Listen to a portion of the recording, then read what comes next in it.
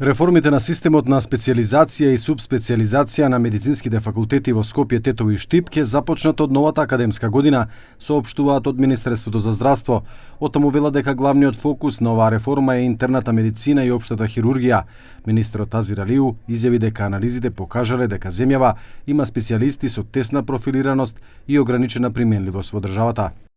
Кои што се во процес или студенти кои што се на специјализации до трета година, ќе може да се префелат во новата програма, во новиот курикулум, додека тие што се веќе на трета година ќе треба да завршат со старата програма.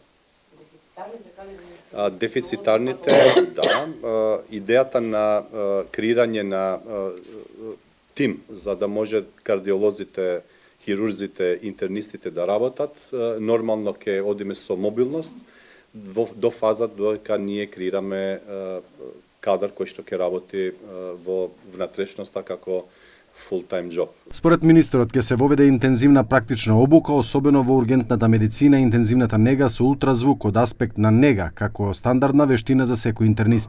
Од медицинските факултети велат дека целта на образовниот процес е да се создаде интернист кој може самостојно да извршува работата. Меѓутоа, решението за немање на кадри е стварно вработување на други луѓе.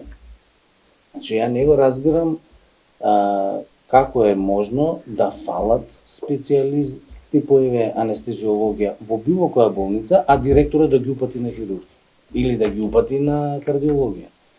Кога некој се вработува во државното здравство, се става на располагање на капацитетите на таа установа. Од лекарската комора го поздравуваат скратувањето на времетрањето на специјализациите врз основа на меѓународни практики за да се пополнат празнините во терцијарното здравство со побрзо создавање на специјализиран кадар.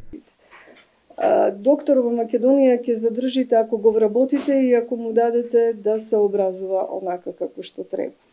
За да тоа биде наједноставно, за да тоа биде најкорисно за сите нас, направивме контакти со коморите од европските земји, во Германија, во Австрија и во Словенија коморите се тие кои ја организираат специјализацијата на. Од Министерството за здравство велат дека според студија на епидемиолози околу 70% од пациентите се во клиничките центри.